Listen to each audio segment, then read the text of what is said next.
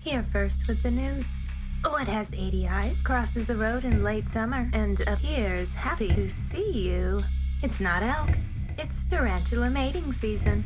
You can look for clusters of busy tarantulas as you wait for the bus, kid.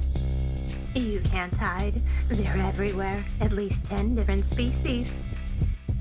Next, let's lighten the mood immediately with a look at your arachnid-free Texas wildflowers for the month of August.